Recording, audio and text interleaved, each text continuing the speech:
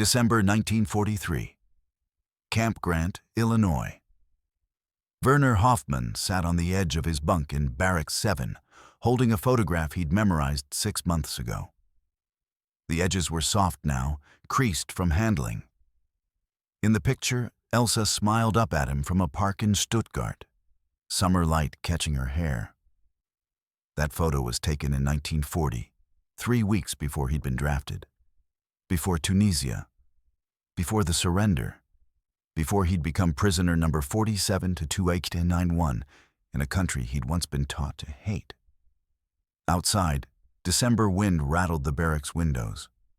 Inside, 50 German soldiers tried to stay warm under thin blankets, their breath visible in the frigid air. Some wrote in journals no one would ever read. Others stared at ceiling beams, counting the days since capture, the weeks since they'd heard anything from home. The silence was its own kind of prison. Worse than the barbed wire. Werner traced his thumb across Elsa's face. She'd be 26 now. The last letter he'd received was postmarked April 12, 1943, forwarded through the chaos of North Africa before Rommel's collapse. In it, she'd told him she was pregnant. He'd done the math 1,000 times since then. The baby would have been born in October. A daughter, he imagined. He had no reason to think it was a daughter except that he wanted to believe Elsa would have a piece of herself to hold on to if he never came home. But that was 8 months ago. 8 months of silence. He didn't know if Elsa had received any of his letters from the Afrika Korps. He didn't know if Stuttgart still stood or if it had joined the growing list of German cities reduced to rubble by Allied bombers. He didn't know if his wife was alive. He didn't know if his child existed anywhere beyond his imagination. The not knowing was worse than combat had ever been. Across the barracks, Otto Miller sat with his back against the wall, knees drawn up, face buried in his arms. Otto was 23, a baker's son from Hamburg who'd been conscripted in 1942 and sent almost immediately to Africa. He'd survived El Alamein, survived the retreat, survived the final desperate stand in Tunisia. But tonight, something in him had broken. Werner set down the photograph and crossed to his friend's bunk. Otto? No response. Just the slight shake of shoulders. Otto, talk to me. Hamburg, Otto said, his voice muffled. Schneider told me. He heard it from the guards. Werner felt his stomach drop. He'd heard the rumors too. In late July, the British had bombed Hamburg for 8 straight days. The firestorm had been visible from 200 kilometers away. The whole city, Otto continued, looking up. His eyes were red. Operation Gomorrah, they called it. 40,000 dead, maybe more. My parents lived in Hammerbrook, right in the center. His voice cracked. I haven't heard from them since May. May, Werner. That was before.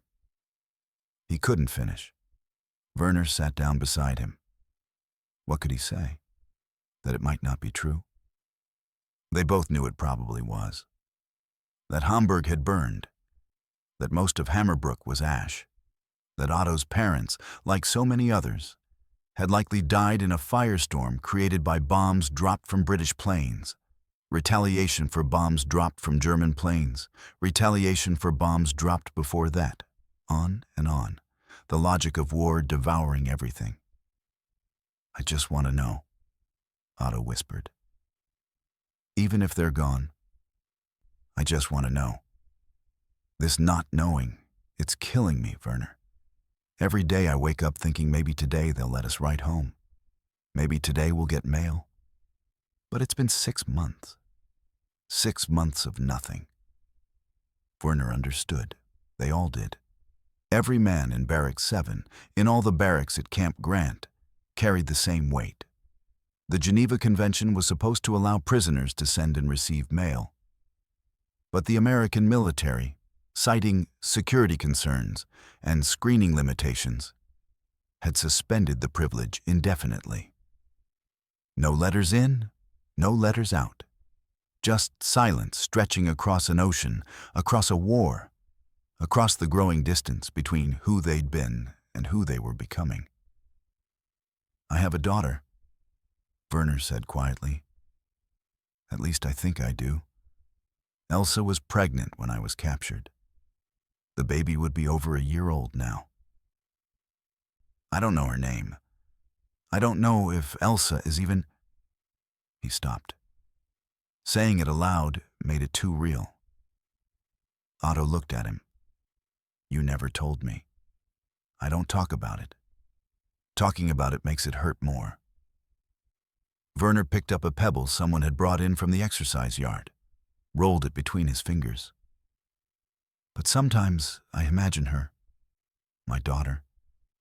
I imagine what she looks like, whether she has Elsa's eyes. I imagine teaching her to read someday, the way I taught my students in Stuttgart. I imagine simple things, ordinary things. And then I remember I might never—" His throat tightened. They sat in silence for a while. 2 men among 500, all of them suspended between a past they couldn't return to and a future they couldn't see. Outside the barracks, footsteps crunched in the frozen mud. Captain James Mitchell made his evening rounds through the camp, his breath fogging in the December air. He'd been assigned to Camp Grant for 7 months now, overseeing the German prisoners captured in Tunisia. At first, he'd expected to hate them. These were the enemy. These were the men who'd fought alongside those who'd bombed London, who'd invaded France, who'd started the whole damn war. But hatred was harder to maintain when you saw them up close every day. They weren't monsters. They were mechanics and farmers and teachers. Kids, mostly. Conscripts who'd been handed rifles and told where to point them. Some had believed in the cause, sure, but most had simply done what young men did when their country called. They'd served. And now they were here, 5,000 miles from home, waiting for a war to end while their families faced bombs they couldn't protect them from. Mitchell paused outside Barracks 7, listening to the quiet murmur of voices inside. He thought about his own wife, Margaret, back in Ohio. She wrote him every 3 days like clockwork. Her letters kept him sane. They reminded him that somewhere beyond this camp, beyond this war, there was still a life worth living.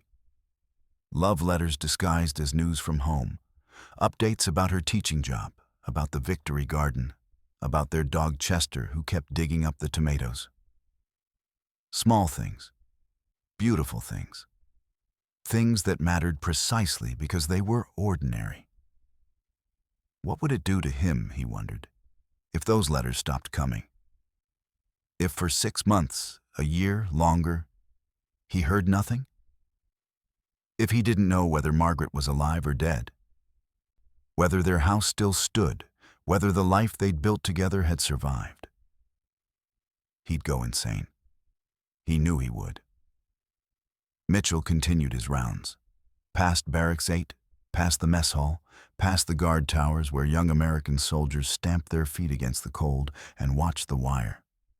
The camp held 500 German prisoners now, with more expected as the war continued grinding forward in Italy and the Pacific. They worked during the day, laundry duty, kitchen detail, maintenance work, and returned to their barracks at night. The routine was numbing. Predictable, safe if safety meant the slow erosion of hope. But there were moments of humanity too, small cracks in the armor of war. Last week, Private First Class Danny Rodriguez had shared his cigarettes with a group of prisoners during their break. Not supposed to, but he did it anyway. The Germans had taught him a card game called Scat in return. Now they played every Tuesday evening, guards and prisoners hunched around a makeshift table, laughing at bad jokes in broken English and broken German. Sergeant William Chen, who spoke German because his mother had been a translator before the war, ran informal English classes for prisoners who wanted to learn. 20 men showed up every Monday and Thursday evening, scratching out vocabulary words on scraps of paper, practicing pronunciation. Water, food, home, please, thank you. The basics of survival in a new language. These weren't grand gestures of reconciliation. They were just men trying to stay human in a situation designed to strip humanity away. Mitchell understood the regulations. He understood why male privileges had been suspended. Censoring letters took time and personnel the military didn't have. There were concerns about coded messages, about intelligence leaking back to Germany. The concerns weren't unreasonable, but neither was the cost.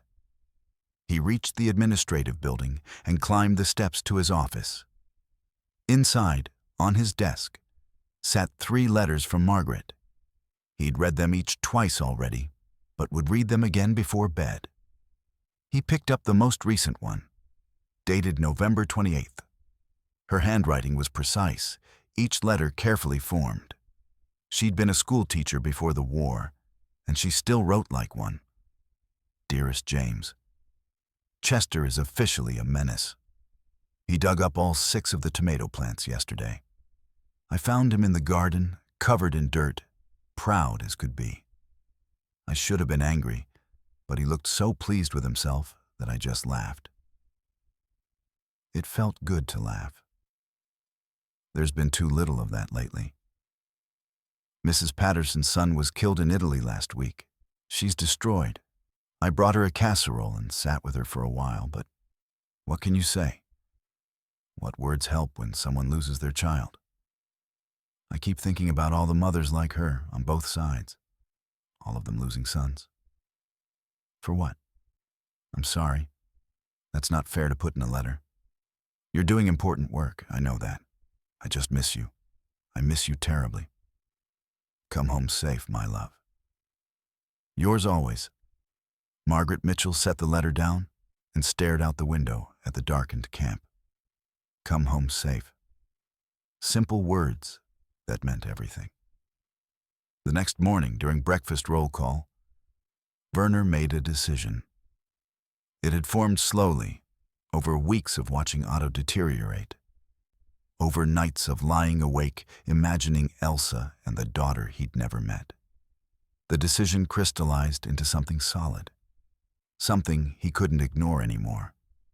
He would ask, officially. He would request permission to write home. The answer would probably be no. It had been no for 6 months, but he had to try. He had to do something other than wait and wonder and slowly go mad from not knowing. After breakfast, he approached Sergeant Chen, who was supervising the morning work assignments. Sergeant Chen, sir, may I speak with you? Chen looked up from his clipboard. He was a stocky man in his 30s, with patient eyes and a careful way of listening that made men want to trust him. What is it, Hoffman? I would like to request permission to write to my wife. In Germany. Chen's expression softened. Hoffman, you know the policy. Male privileges are suspended pending. I know the policy, sir. I'm asking anyway. Werner kept his voice respectful but firm. My wife was pregnant when I was captured. I have not heard from her in 8 months. I don't know if she's alive. I don't know if my child was born. I'm asking for the chance to find out. Chen was quiet for a moment. Let me see what I can do. No promises. Thank you, sir. It wasn't much, but it was something. That afternoon, Chen mentioned the conversation to Captain Mitchell. They were in the camp administration building, reviewing supply requisitions for the coming month. Chen set down his pen and said, One of the prisoners asked about mail this morning. Werner Hoffman, Barracks 7. His wife was pregnant when he shipped out to Africa. He hasn't heard anything in 8 months. Mitchell looked up. What did you tell him? That I'd see what I could do, which is nothing officially. But James, Chen leaned back in his chair. These men are going insane. I'm watching it happen. The isolation, the not knowing what's happening to their families while their cities get bombed to rubble, it's breaking them. We've had 3 suicide attempts in the last 2 months. 3. These aren't hardened Nazis. They're kids who got conscripted and ended up on the wrong side of a war they didn't start. Mitchell was quiet. He'd seen the same thing Chen had. The slow erosion of morale, the 1,000-yard stares, the men who'd stopped talking, stopped eating, stopped caring whether they lived or died. Geneva Convention says they're allowed mail. Chen continued. We're violating that. I know why. I understand the security concerns. But there has to be a way. Something. Like what? I don't know.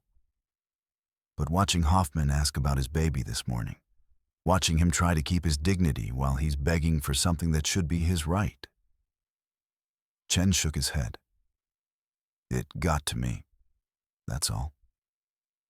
Mitchell thought about Margaret's letters, about the lifeline they represented, about what it would mean to be cut off from that. Let me think about it, he said. That evening, Werner returned to Barracks 7 to find Otto lying on his bunk, staring at the ceiling.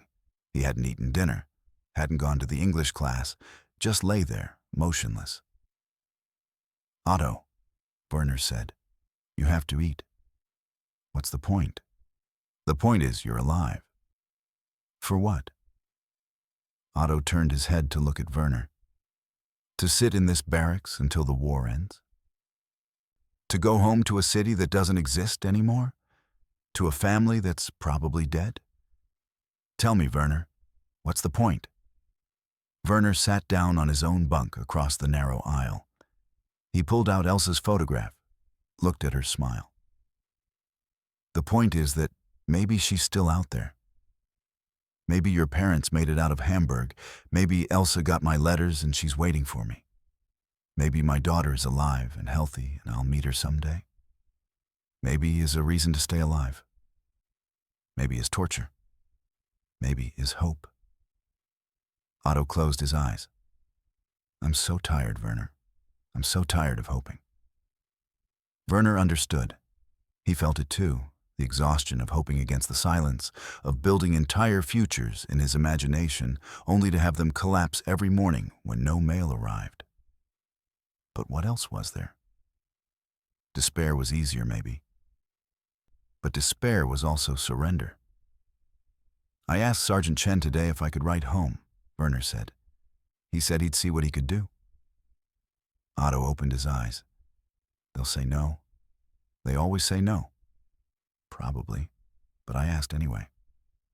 For a moment, something flickered across Otto's face. Not hope, exactly. But maybe the memory of what hope felt like. If they let you write, Otto said quietly, I want to write too. Even if my parents are gone. Even if the letter goes to a pile of rubble. I want to write it anyway. Werner nodded. Then, we'll write together. 3 days later, Captain Mitchell requested a meeting with the camp commander, Colonel Thomas Brennan. Brennan was a career military man, 52 years old, with a rigid spine and a reputation for following regulations to the letter. Mitchell had served under him long enough to know that convincing him of anything outside standard protocol would be nearly impossible, but he had to try. Brennan's office smelled of cigar smoke and old leather. The colonel sat behind his desk, reviewing a document, and didn't look up when Mitchell entered. Sir, I'd like to discuss the mail situation with the German prisoners. There's nothing to discuss, Brennan said, still reading. Mail privileges are suspended pending security review. You know this. I do, sir. But the cost is significant. We're seeing increasing mental health issues among the prisoners, suicide attempts, violent outbreaks, men losing hope. The lack of contact with their families is destroying them. They're prisoners of war, Captain, not guests at a resort. They're human beings, sir. And the Geneva Convention guarantees them the right to correspond with their families. Brennan finally looked up.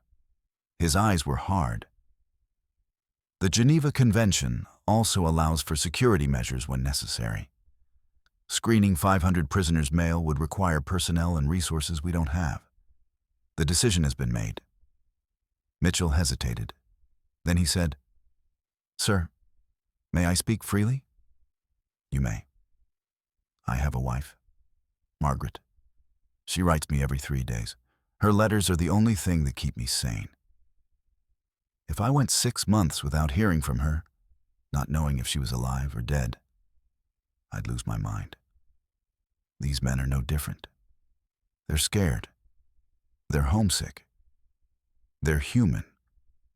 Denying them contact with their families isn't security. It's cruelty." Brennan's jaw tightened. For a moment, Mitchell thought he'd crossed a line, that he was about to be dismissed, maybe even disciplined. But then something changed in the colonel's face. The hardness cracked, just slightly. "My son is in Italy," Brennan said quietly. "Lieutenant Robert Brennan, 34th Infantry Division. He's been MIA since October 14th, 2 months ago. The War Department says they're investigating, that they'll notify me when they have information.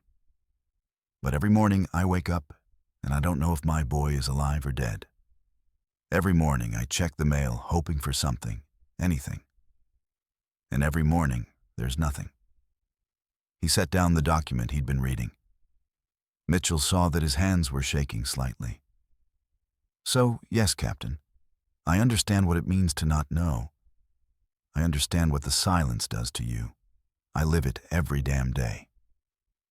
Mitchell waited. "But I can't just authorize unrestricted mail," Brennan continued. "The security concerns are real.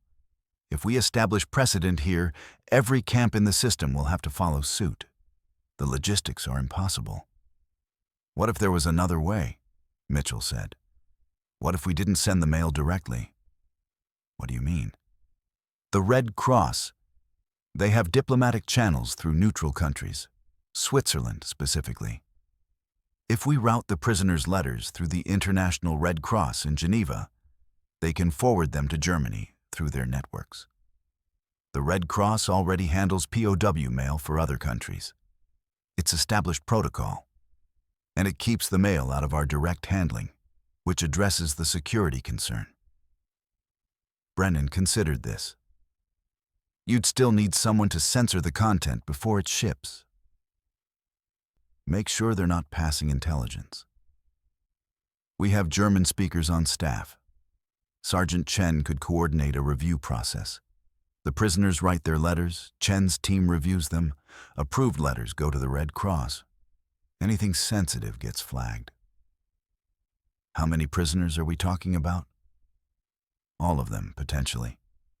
But we could start with a pilot program. 20 prisoners. See if the system works. If it does, we expand. If it doesn't, we shut it down." Brennan was quiet for a long time. Mitchell could see the war happening behind his eyes. Duty fighting against compassion, regulations fighting against humanity.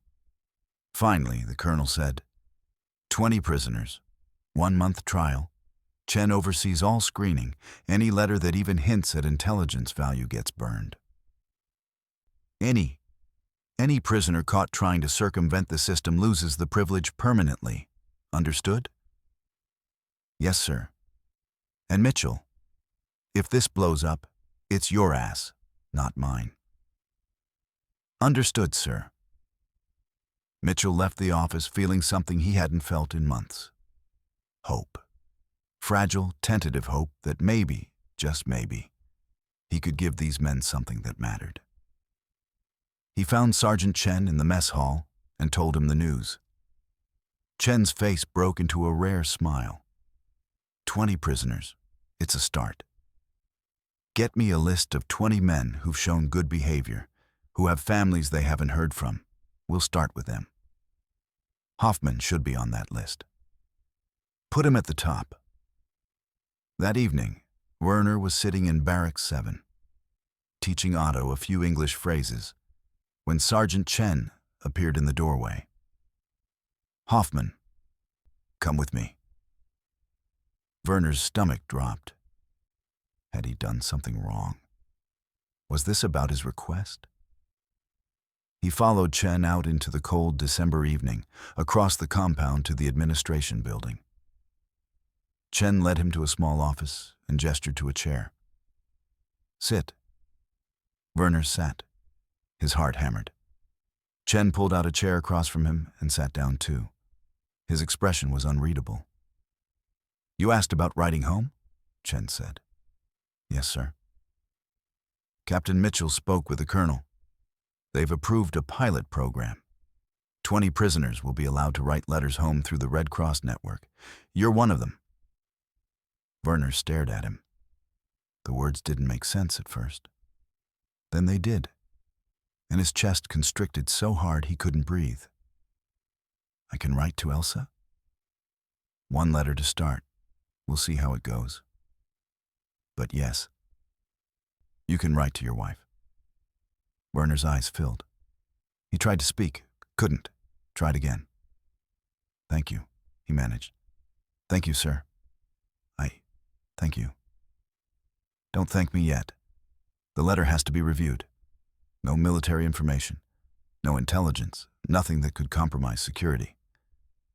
You write about your family, that's it. Understand?" "Yes, sir. Yes, I understand."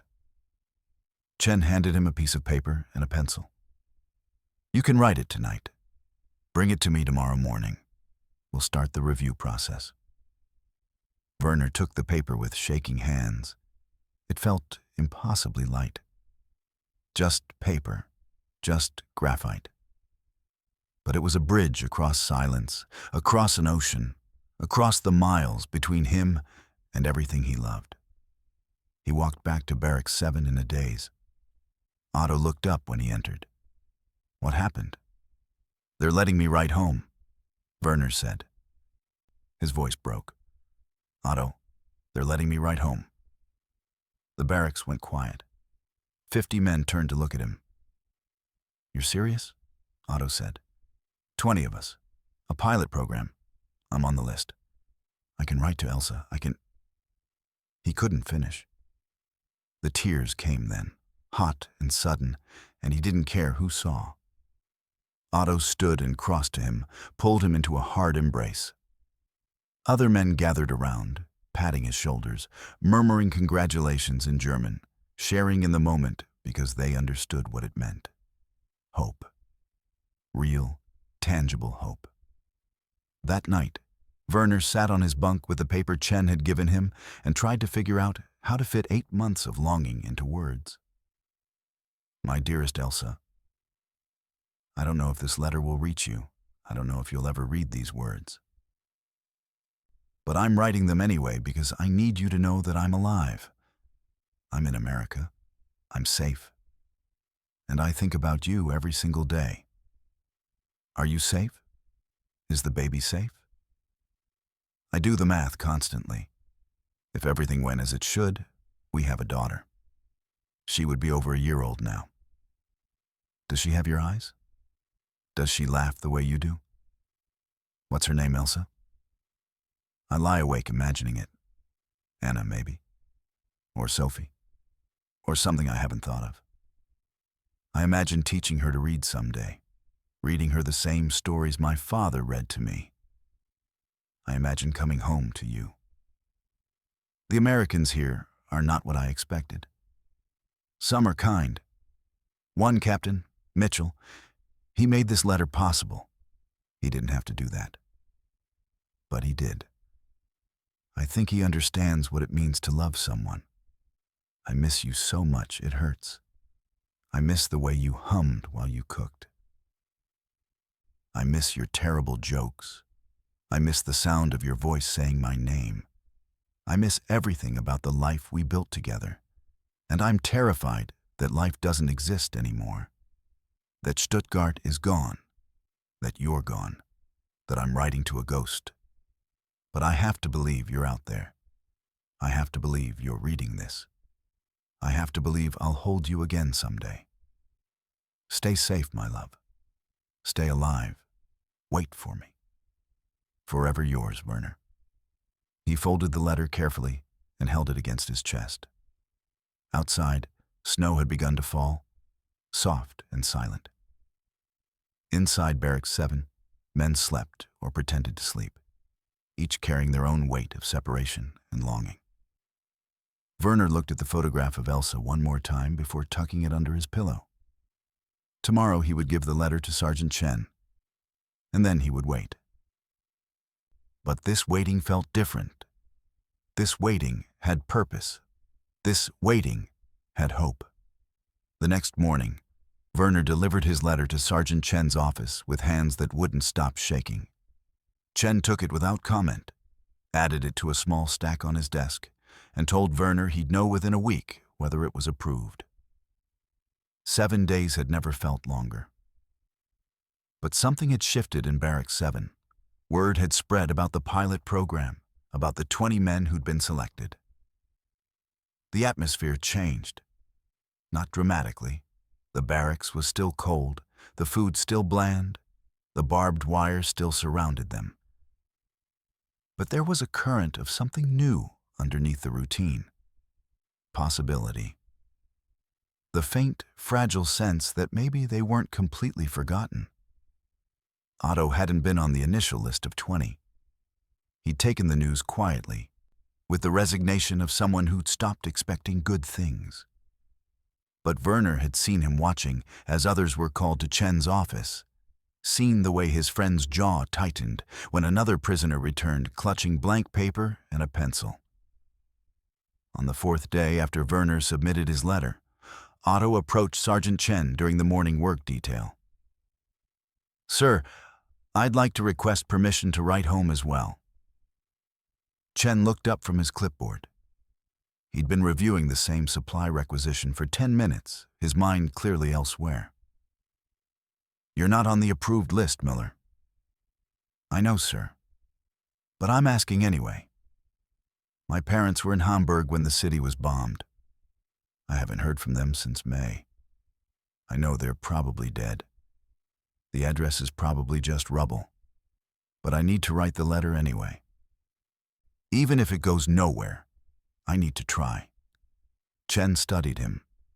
Otto Miller was thin, too thin, with dark circles under his eyes that suggested sleep came rarely and poorly.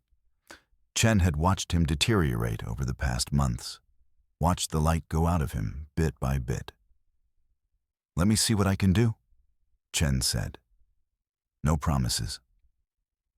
"Thank you, sir." That evening, Chen found Captain Mitchell in the officers' mess, picking at a plate of reconstituted potatoes and mystery meat that might have been beef, but probably wasn't. "We need to expand the program," Chen said, sitting down across from him. Mitchell looked up. "We've barely started the pilot. Give it time." Another prisoner asked today, Otto Miller, Hoffman's friend. His parents were in Hamburg during the firestorm. He knows they're probably dead, but he wants to write anyway. And he's not the only one. I've had 6 more requests since we announced the pilot program. 6 men in 4 days, James. And those are just the ones brave enough to ask. Mitchell set down his fork. The colonel authorized 20. That's what we've got to work with. So we go back to him, show him it's working, ask for more. We don't even know if it's working yet. None of the letters have been sent. We're still reviewing them. Then let's finish the review and get them sent. Prove the system works, then we expand. Chen leaned forward. These men are dying inside, James. Not physically, not yet, but inside where it matters. We have a chance to give them something to hold on to. We can't stop at 20. Mitchell was quiet for a moment. Then he said, "How many of the 20 letters have you reviewed so far?" 14? They're all clean. Nothing remotely resembling intelligence. Just men pouring their hearts out to people they love. It's... Chen paused, searching for the word. It's heartbreaking, honestly. Reading them. Seeing what this war has done to ordinary people. Any problems with the censorship process? None. I've got 3 German-speaking staff helping me. We flag anything questionable, but so far there's been nothing. These men aren't stupid. They know what's at stake. They're careful. Mitchell picked up his fork again, pushed a potato around his plate. All right. Finish reviewing all 20 letters. If they're clean, we'll package them up and send them to the Red Cross contact in Chicago. Once we confirm the Red Cross can handle the volume and the routing works, I'll go back to Brennan. Ask for permission to expand to 50 prisoners. Then 100, however many we can manage. Chen allowed himself a small smile. Thank you. Don't thank me yet. This could still blow up in our faces. But 3 days later, all 20 letters had been reviewed and approved. They were simple, aching documents.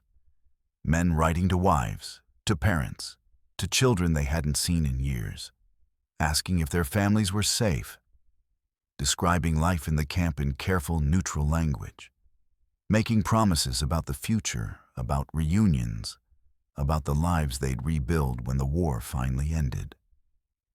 Werner's letter to Elsa was among them, reviewed and approved without changes. The next step was establishing contact with the Red Cross. Captain Mitchell had done his research. The International Committee of the Red Cross, headquartered in Geneva, Switzerland, maintained extensive networks for facilitating communication with prisoners of war. They'd been doing it since the First World War, routing letters through neutral countries, maintaining massive databases of prisoner locations, serving as the humanitarian thread that held some semblance of civilization together even as the world tore itself apart. But the system was designed primarily for American and British prisoners held in German camps, not the other way around. Mitchell needed to confirm that the Red Cross could and would handle letters flowing in reverse, from German prisoners in American camps to families in Germany. He placed a telephone call to the Red Cross regional office in Chicago. The woman who answered was named Sarah Chen. No relation to Sergeant Chen, though Mitchell found the coincidence mildly amusing. She was the liaison officer responsible for coordinating POW services in the Midwest region. Mitchell explained the situation. 500 German prisoners at Camp Grant. Male privileges suspended for security reasons. A pilot program to route letters through the Red Cross network. 20 letters ready to go, with more coming if the system proved viable. There was a pause on the other end of the line. Captain Mitchell, Sarah Chen said carefully, I appreciate what you're trying to do. But routing mail from German POWs to Germany through our Geneva office isn't standard protocol. We typically handle the opposite, getting mail from Germany to American prisoners. I understand. But the Geneva Convention guarantees prisoners the right to correspond with their families. We're trying to honor that while maintaining security. The Red Cross is the only neutral channel we have. Have you confirmed with Geneva that they can handle this volume? Not yet. I was hoping you could help facilitate that conversation. Another pause. Then, let me make some calls. I'll need to speak with my supervisor and get approval from our Geneva office. But if they're willing, I can serve as the collection point. You send the letters to me in Chicago. I forward them through our diplomatic pouch to Geneva. They route them into Germany through their existing networks. In theory, it should work. In theory. Captain, I've been doing this job for 2 years. I've learned that in theory and in practice are often very different things. But I'll do what I can. These men deserve to write home. Thank you, Miss Chen. Give me a week. I'll let you know what Geneva says. The week crawled by. Mitchell threw himself into administrative work, trying not to check the mail every 3 hours. Sergeant Chen continued reviewing additional letters from prisoners who'd heard about the program and submitted requests to be included in the next batch. Colonel Brennan said nothing, which Mitchell chose to interpret as tacit approval to continue. In Barracks 7, Werner waited with the particular agony of someone who tasted hope and now feared having it ripped away. What if the Red Cross says no? Otto asked one evening. He was lying on his bunk, staring at the ceiling. What if they can't route the letters? Then we find another way, Werner said, though he had no idea what another way might look like. Or maybe there is no other way. Maybe we just wait here until the war ends and hope our families are still alive when we get home. Werner didn't answer. What could he say? That hope was worth holding on to? Otto had heard that before. Actions mattered more than words. And right now, they were all waiting for someone else to act. On the 8th day, Sarah Chen called Captain Mitchell back. Geneva approved it, she said without preamble. They'll route the letters through their existing networks into Germany. It'll take time, probably 6 to 8 weeks for a letter to reach its destination, longer for a reply to come back. But it'll work. Send me your first batch. I'll get them to Geneva by the end of the week. Mitchell felt something release in his chest. Thank you, Miss Chen. Truly. One condition, Captain. I want to visit the camp, meet these men. See the operation for myself. If I'm going to be routing their mail, I want to understand who I'm doing it for. Absolutely. When can you come? How's Friday? Friday works. Friday arrived cold and gray, with snow threatening in the heavy clouds. Sarah Chen drove up from Chicago in a Red Cross van, arriving at Camp Grant just before noon. She was younger than Mitchell had expected, maybe 30, with sharp eyes and an efficiency of movement that suggested she didn't waste time on things that didn't matter. Mitchell gave her a tour of the camp, showed her the barracks, the mess hall, the work areas where prisoners spent their days doing laundry and maintenance. She asked good questions. How many prisoners? What was the breakdown by age? Where had they been captured? What were the conditions like? Better than some camps I've seen, she admitted. Worse than others. The men looked tired. They are tired. They've been at war for years. Most of them just want to go home. Don't we all? Mitchell introduced her to Sergeant Chen. The other Chen, as he called him, which earned a small smile from both of them. Then he took her to Barracks 7.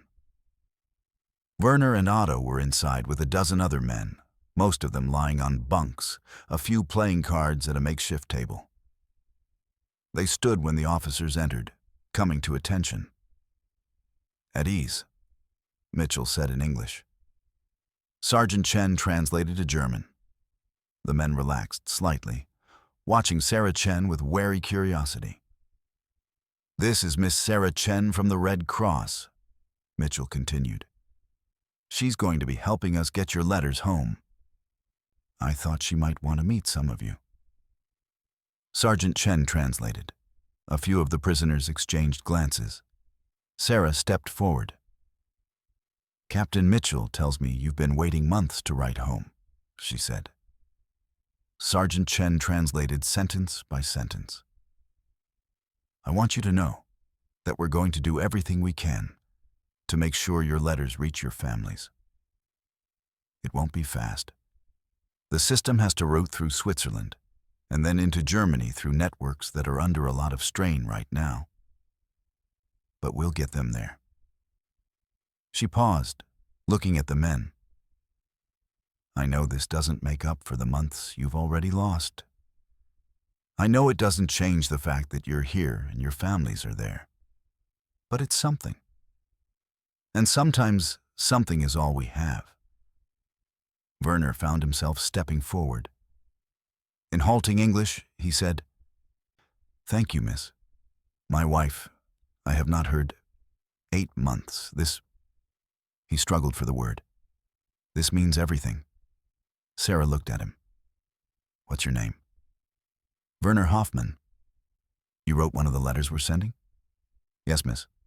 "To your wife?" "Yes, Elsa. And maybe I have daughter now. I don't know." Sarah's expression softened. "We'll get it to her, Mr. Hoffman. I promise you that." Werner's eyes filled. He nodded, not trusting his voice. After the visit, Sarah sat with Mitchell and Sergeant Chen in the administration building. They'd laid out all 20 letters on a table, each one reviewed and approved, each one representing a thread of connection across an ocean and a war. "These are ready to go?" Sarah asked. "Ready," Sergeant Chen confirmed. She began placing them carefully in a leather courier bag. "I'll have these in Geneva's hands by next week. They'll begin routing them immediately. You should start preparing your men for a long wait. Even in the best case, it'll be February before any replies could possibly come back. More likely March." "We'll prepare them," Mitchell said. Sarah closed the bag and looked at both men. "What you're doing here, it's good work. It's the kind of thing that reminds me why I took this job. There's so much cruelty in this war, so much pointless suffering. But this?" She gestured to the bag. "This is different. This is human." After she left, Mitchell found himself standing in the camp yard, watching prisoners file out for afternoon work detail. They looked the same as they had yesterday, as they would tomorrow. But something had shifted. 20 of them had written letters. 20 of them had taken their longing and loneliness and hope and distilled it into words on paper. And now those words were on their way across the world. It was a small thing, maybe. But Mitchell was starting to believe that small things mattered more than he'd realized. That evening, he called Barracks 7 together for an announcement. Word had already spread that something was happening, and the building was packed with men standing shoulder to shoulder, waiting. Mitchell stood at the front with Sergeant Chen beside him to translate. "The first 20 letters have been sent," Mitchell said. "They're on their way to the Red Cross office in Chicago, and from there to Geneva, and from there to your families in Germany." A murmur ran through the crowd. Sergeant Chen translated, and the murmur became voices, questions in German. Mitchell raised a hand for quiet. "I want you to understand that this will take time. The Red Cross estimates 6 to 8 weeks for a letter to reach Germany. If your families write back immediately, it could be another 6 to 8 weeks for the reply to reach you. That means most of you won't hear anything until late February at the earliest, more likely March or April."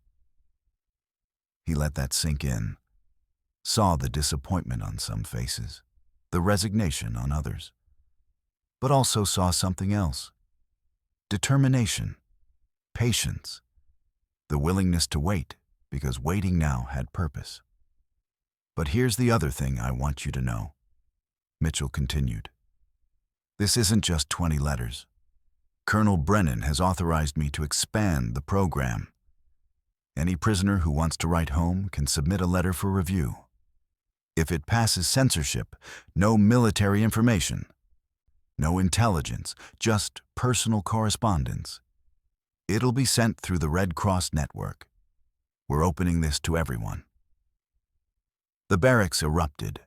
Men shouting questions, talking over each other, voices rising in excitement and disbelief. Sergeant Chen had to call for order 3 times before they quieted enough for Mitchell to continue. "Sergeant Chen will be accepting letters starting tomorrow morning. Write them carefully. Write them honestly. Tell your families you're alive, you're safe, you're thinking of them. But remember that every letter will be read and reviewed. Anything that could compromise security will get the letter rejected and could get you removed from the program permanently. Understood? Heads nodded throughout the room. Good. Dismissed. As the prisoners filed out, talking excitedly in German, Otto grabbed Werner's arm. Did you hear that? Everyone can write now. Everyone. I heard. I'm writing tonight. Tonight, Werner. I'm writing to my parents, even if the address is just rubble. I'm writing it anyway. Werner smiled. It was the first time he'd seen real light in Otto's eyes since Hamburg. Then we'll write together, just like we said. That night, Barracks 7 was transformed. Men hunched over bunks and tables, scratching words onto whatever paper they could find. Some had to borrow pencils. Some had to ask literate friends to help them compose sentences. But everyone wrote. Otto's letter was short. Dear Mama and Papa, I am alive. I am in America, in a camp in Illinois. I am safe. I heard about Hamburg, about the bombing. I don't know if you survived. I don't know if this letter will ever reach you. But I need you to know that I'm thinking about you, that I love you, that I'm sorry I wasn't there to protect you. If you're reading this, please write back. Please tell me you're alive. If you're not reading this, I hope you didn't suffer. I hope it was fast. I hope you knew I loved you. Your son, Otto, he folded it with shaking hands and set it aside to be submitted in the morning. Across the barracks, other men wrote similar letters. To wives and mothers and children, to siblings and friends, to everyone they'd left behind when they'd been shipped off to war. The words varied, but the sentiment was universal. I'm alive. Are you? I miss you. I love you. Please wait for me. By the end of the week, Sergeant Chen had received 127 letters for review. The censorship process took on a rhythm. Chen and his team of 3 German-speaking staff would review each letter carefully, checking for anything that could be considered intelligence. Place names beyond the prisoner's hometown were flagged. References to military units or operations were flagged. Anything that could reveal strategic information was flagged. But almost nothing was actually rejected. These men weren't trying to pass secrets. They were trying to reach home. One letter, from a prisoner named Klaus Richter, nearly broke Chen's heart. My dearest Greta, our son Hans will be 4 years old now. I have missed 3 of his birthdays. I wonder if he remembers me. I wonder if you've told him about me, or if I've become just a photograph on the wall, a story you tell him when he asks about his father. I dream about teaching him to ride a bicycle. I dream about taking him fishing at the lake like my father took me. I dream about reading him bedtime stories and hearing him laugh. I know these are just dreams. I know the war has stolen these years from us and we can never get them back. But when the war ends, and it will end, Greta, it has to end, I promise I will come home. I promise I will be the father Hans deserves. I promise I will love you both with everything I have left. Wait for me. Klaus Chen set the letter down and rubbed his eyes. He'd been reviewing letters for 3 days straight, and each one cut deeper than the last. These weren't monsters. These were just men. Ordinary men caught in the machinery of history, trying desperately to hold on to the things that made life worth living. He approved Klaus's letter without changes. By the 2nd week of January, all 127 letters had been reviewed and approved. They were packaged carefully in waterproof containers, loaded into a Red Cross courier bag, and sent to Sarah Chen in Chicago. She called Captain Mitchell when they arrived. "Got them," she said.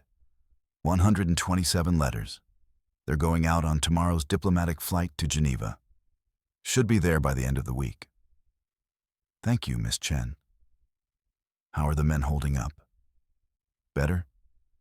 Just having written the letters has improved morale dramatically. But they're nervous. Scared the letters won't make it. Scared they won't get replies. Scared their families are dead and they're writing to ghosts.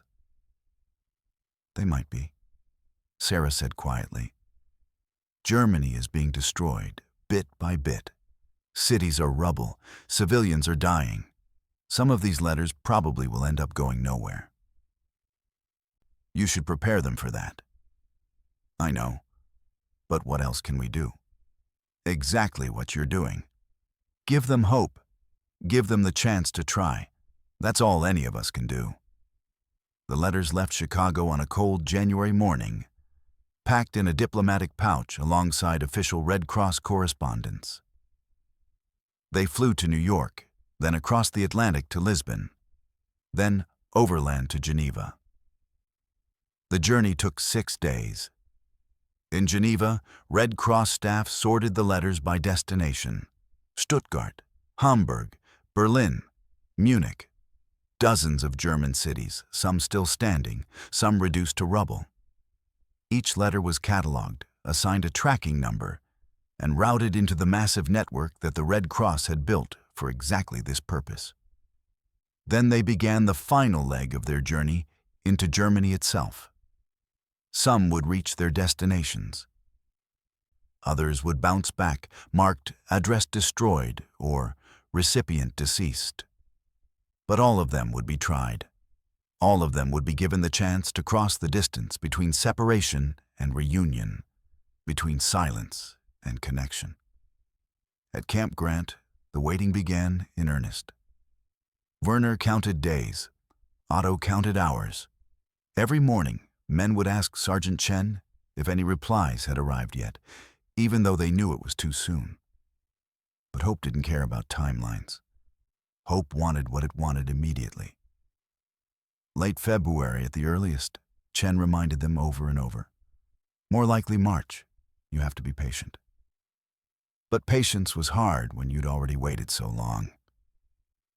In the evenings, some prisoners started preparing second letters, just in case. Just so they'd have something ready when the first replies came back, if the first replies came back.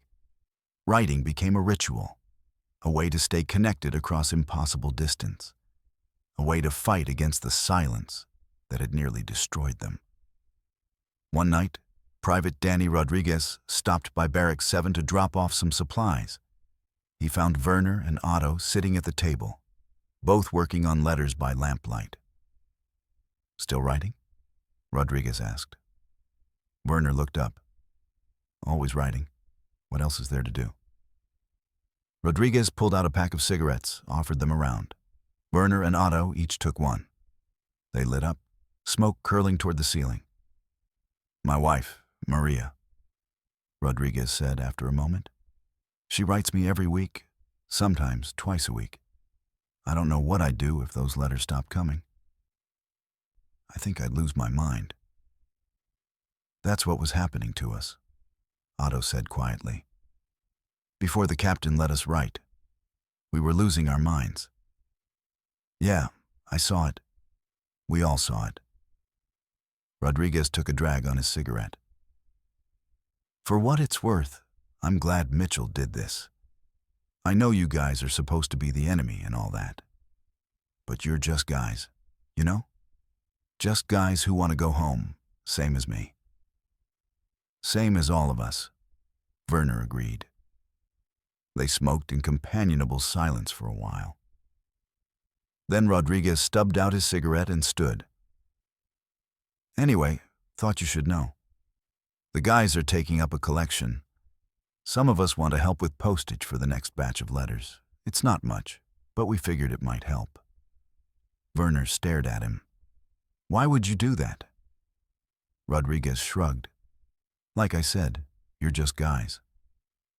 And guys should be able to write home to their families. Seems simple enough to me. After he left, Otto looked at Werner. Did that just happen? I think so. American soldiers are donating money to help us mail letters to Germany? Apparently. Otto shook his head slowly. This war makes no sense. We're supposed to hate each other. But that man just gave us his cigarettes and wants to help us write home. None of it makes sense. Maybe that's the point, Werner said. Maybe the war is the thing that doesn't make sense. And this, he gestured to the letters they'd been writing, this is what does. By the end of January, a second batch of 89 letters was ready to be sent. Sarah Chen picked them up personally during another visit to Camp Grant, impressed by how smoothly the operation was running. You've built something remarkable here, she told Mitchell. Other camps are starting to ask questions. Word is getting around that Camp Grant is running a successful mail program. You might become a model for the whole system. That wasn't the goal, Mitchell said. The goal was just to help these men stay sane. Sometimes the best results come from the simplest goals. As February arrived, the first terrible possibility began to emerge. What if no replies came back? It had been 6 weeks since the first batch of letters was sent. They should have reached Germany by now. Families should have received them. Replies should be working their way back through the system. But there was nothing. Just more waiting. Mitchell watched the prisoner's mood darken slightly. Not back to where it had been before. They'd tasted hope. And that couldn't be undone. But the edge of doubt was creeping in. What if the letters had been lost? What if the addresses were all destroyed? What if their families were dead and they'd spent weeks writing to ghosts? Give it more time, Sarah Chen urged when Mitchell called her. The networks in Germany are chaos right now. Mail is moving, but it's slow. And replies have to come back through the same channels, which means another 6 to 8 weeks. You're looking at mid-March, minimum, before you should expect anything. I'll tell them. And Captain, prepare yourself. Some of those men won't get replies. Not because the system failed, but because there's no one left to reply. Mitchell knew she was right, but knowing didn't make it easier. In Barracks 7, Werner kept Elsa's photograph tucked inside his jacket, over his heart. He'd written her 4 letters now, even though he hadn't heard back from the first one. He wrote about camp life, about the weather, about the small kindnesses from guards, and the friendships with other prisoners. He wrote about his hopes for after the war. He wrote about the daughter he'd never met and the life they'd build together. He wrote because writing kept hope alive. And hope, he was learning, was worth fighting for even when everything else seemed lost. On February 14th, Valentine's Day, though no one in camp marked it, a telegram arrived at Captain Mitchell's office from Sarah Chen in Chicago. It contained 2 words, letters arriving. Mitchell stared at the telegram for a full minute before he believed it. Then he ran to find Sergeant Chen. They're coming, he said, breathless. The replies. They're starting to come through Geneva. Sarah says the first batch should reach Chicago by the end of the week, and then here a few days after that. Chen's face broke into the widest smile Mitchell had ever seen on him. We did it. It actually worked. It actually worked. How many are coming? She didn't say, but some. At least some of their families are out there. At least some of them are getting through. That evening, Mitchell made another announcement to the assembled prisoners. The first replies from your families have begun arriving in Geneva, he said. Sergeant Chen translated. We should have them here at camp within the next week to 10 days. The barracks erupted in cheers and questions. We don't know how many yet. Mitchell continued, raising his voice over the noise. We don't know who will get letters and who won't. But some of you will hear from home soon. After all this time, after all this waiting, some of you are about to hear from the people you love. Werner felt tears streaming down his face and didn't bother wiping them away. Around him, grown men wept openly, embraced each other, shouted in German and English and a mixture of both.